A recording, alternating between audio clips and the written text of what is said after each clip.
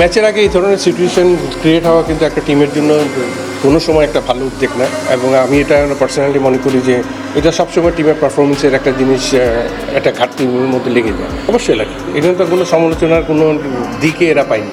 তো আমার মনে হয় যে এদিক থেকে তো ওরা স্বাচ্ছন্দ্যে কাজ করছে। আমাদের সমালোচনার মুখে প্রতিটা স্টেপে আমাদেরকে নিয়ে সমালোচনা করছে। দ্যাটস ভেরি ইম্পর্টেন্ট, কারণ মাঠে আপনাকে খেলোয়াড়ের অ্যাপ্রোচটা দেখতে হয়। ওর ব্যাটিং, বোলিং, ফিল্ডিং সব দিক দিয়ে কিন্তু একটা প্লেয়ারের অ্যাপ্রোচটা তখন বোঝা যায়। সিলেক্টেডরা থাকলে প্লেয়াররা অন টোস থাকে সবসময়। ওভারঅল ম্যাচ দেখে তো যথেষ্ট হতাশাজনক, এবং ব্যাটিংটা যথেষ্ট বাজেভাবে ব্যাটিং হয়েছে, এবং উইকেটের যে কন্ডিশন ছিল, ট্রিমেন্ডাস উইকেট ছিল। এটা কিন্তু শেষের দিকে ওদের বোলাররাও কিন্তু ময়েশ্চারের জন্য কিন্তু বল বারবার বুঝতে ছিল। তো সেই জায়গা থেকে কিন্তু আরও ভালো ব্যাটিং আশা করা উচিত ছিল, কারণ যে কোনো জায়গায় ম্যাচ আপনি চেস করতে গেলে আপনি যদি পাওয়ার প্লে দিয়ে 3টা উইকেট চলে যায়, দ্যাটস ভেরি ডিফিকাল্ট একটা টিমে আবার ঘুরে দাঁড়ানো। তো আমার মনে হয় যে পাওয়ার প্লেতে আর্লি উইকেট যাওয়াটাই আমরা ব্যাকফুটে চলে গিয়েছি। হৃদয় ট্রিমেন্ডাস ব্যাটিং করেছে।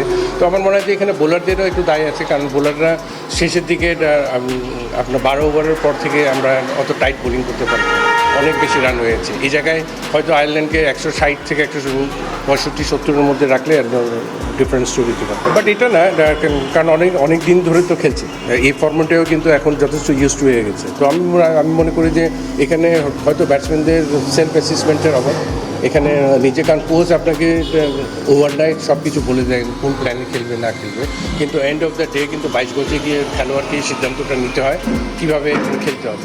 তো সুতরাং প্লেয়ারদের রেসপন্সিবিলিটি সবচেয়ে বেশি। তো সেই জায়গায় আমার মনে হয় যে প্লেয়ারদের হয়তো ঠিকমতো ওরকমভাবে প্ল্যান করতে পারতেছে না বা অ্যাসিস্ট করতে পারতেছে না, যার কারণে ডিফারেন্সটা হয়ে যাচ্ছে। এখানে একটা ম্যাচে আর T20 ফর্মেটে আপনি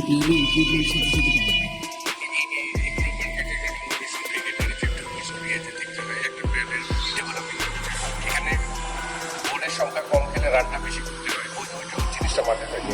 তো T20 ফর্মেট দিয়ে আপনার যে কোনো খেলোয়াড়কে বিচার করা বা ফর্মে ফিরে আসা, এগুলো চিন্তা করা যায় না। এই জায়গায় আপনার জাস্ট এন্টারটেনের মতো ম্যাচগুলি দেখতে হয়। তো এন্ড অফ দ্য ডে আপনি দেখেন আমরা যতগুলো প্লেয়ারকে প্রমোট করে গিয়েছি, ওই প্লেয়ারই কিন্তু এখনও ডমিনেট করছে, এটার বাইরে কিন্তু কোনো খেলোয়াড় নেই। তো সুতরাং এগুলো নিয়ে আক্ষেপ করি না, কারণ এই সিলেকশন প্যানেলেরও যথেষ্ট দায় আছে, কারণ অনেক ডোমেস্টিক ক্রিকেটে সবাই বলে খেলা দেখতে যায় না। তো এই দিক থেকে আমি ঠিক বুঝতে পারবো না।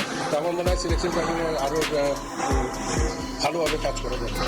অবশ্যই না, এখানে তো কোনো সমালোচনার কোনো দিকে এরা পায়। তো আমার মনে হয় যে এই দিক থেকে তো ওরা স্বাচ্ছন্দ্যে কাজ করছে। আমাদের সমালোচনার মুখে প্রতিটা স্টেপে আমাদেরকে নিয়ে সমালোচনা করছে। কারণ আমি মনে করি যে এইগুলো থেকে এখন আমাদের এগুলো বেরিয়ে আসা উচিত, কারণ এগুলো চিন্তা ভাবনা করে কিন্তু একটা সেরা পারফরমেন্স দেওয়া কিন্তু ডিফিকাল্ট হয়ে যায়। এখন টিম ম্যানেজমেন্টের একমত, সিলেকশন প্যানেলের আরেক মত, ক্রিকেট অপারেশনের আরেক মত, এটা হতে পারে না। এটা সবসময় একটা, আমরা যতদিন ছিলাম আমার তো মনে হয় না কোনো ক্যাপ্টেন বা কোচের সাথে একটা মিসআন্ডারস্ট্যান্ডিং হয়ে কোনো দিন দল দিয়েছি। তো এই জিনিসটা থেকে এটা চিন্তা করা উচিত, কারণ টিম কম্বিনেশন আমি সবসময় পার্সোনালি আমি বিলিভ করি আপনার team work is very very important. Team ওয়ার্কের মধ্যে কিন্তু টিম ম্যানেজমেন্ট, সিলেকশন প্যানেল একসাথে কাজ করতে হবে।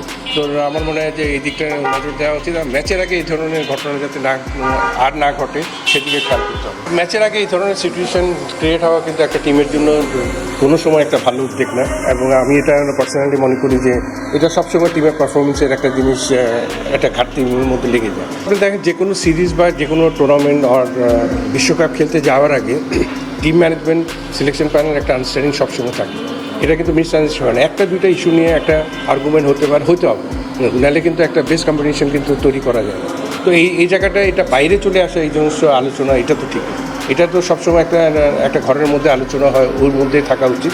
এবং আমার মনে হয় team work is very very important, এবং এই জিনিসগুলি যাতে ভবিষ্যতে যাতে না হয় এদিকে দেখতে হবে, কারণ টিম ম্যানেজমেন্টের একটা যেরকম দায়িত্ব আছে, সিলেকশন প্যানেলের ওরকম দায়িত্ব আছে। Team work is very very. আপনাদের কিছু কিছু জায়গা আছে বিপিএলের জন্য হয়তো কনসিডারেশনে গেছে, প্রিমিয়ার লিগ খেলে নেই, আর ফার্স্ট ডিভিশনের টপ 4টা টিমের মধ্যে বা টপ 6টা টিম, ওইভাবে চিন্তা করে কিন্তু লিস্টটা করা হচ্ছে।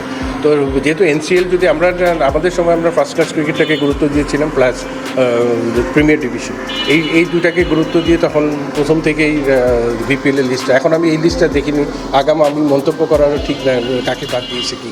দ্যাটস ভেরি ইম্পর্টেন্ট, কারণ মাঠে আপনাকে খেলোয়াড়ের অ্যাপ্রোচটা দেখতে হয়, ওর ব্যাটিং, বোলিং, ফিল্ডিং সব দিক দিয়ে কিন্তু একটা প্লেয়ারের অ্যাপ্রোচটা তখন বোঝা যায়। সিলেক্টেডরা থাকলে প্লেয়াররা অন টোস থাকে সবসময়, এই জিনিসটা কিন্তু আমি পার্সোনালি ফিল করি যে খেলার কোনো পার্টিকুলার প্লেয়ারকে যদি নেওয়ার চিন্তা ভাবনা করে তাহলে মাঠে অবশ্যই হাজির থাকতে হবে। তো টিম ম্যানেজমেন্টের সাথে সিলেকশন প্যানেল আর্গুমেন্ট হবে।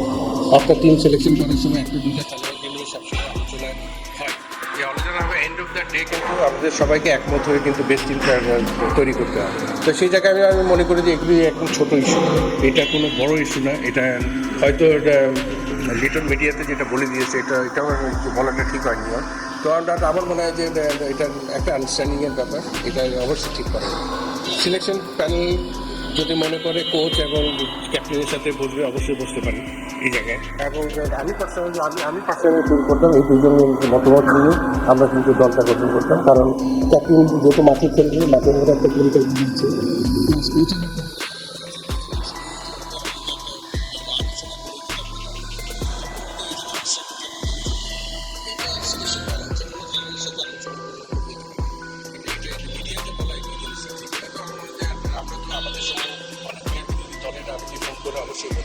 তো সেই জায়গায় কিন্তু বলাটা এটা একটা স্বাভাবিক প্রক্রিয়া। তো এই জিনিসগুলি মিডিয়াতে আসা, এই জিনিসটা ঠিক না। প্রথম তো ক্রিকেট অপারেশন, তারপর সিলেকশন প্যানেল, দেন টিম ম্যানেজমেন্ট। দায়িত্ব সবাইকে নিতে হবে। যদি এই ধরনের কথা বলে কোড অফ কন্ট্রাক্টকে ফলো করছে না প্লেয়ার, এটা তো ক্রিকেট অপারেশন চলে। তো সুতরাং এই দায়গুলি তো সবাইকে দিতে হবে। এবং আমার মনে হয় অতি সত্বর আমাদের ক্রিকেটের ভালোর জন্য এগুলি সলভ করা দরকার। এবং কোনো ধরনের আলোচনা যেটা হয় টিম নিয়ে বা অন্য কিছু ইস্যু নিয়ে, এটা ঘরের মধ্যে থাকাই উচিত এবং নিজেদের মধ্যে বেশ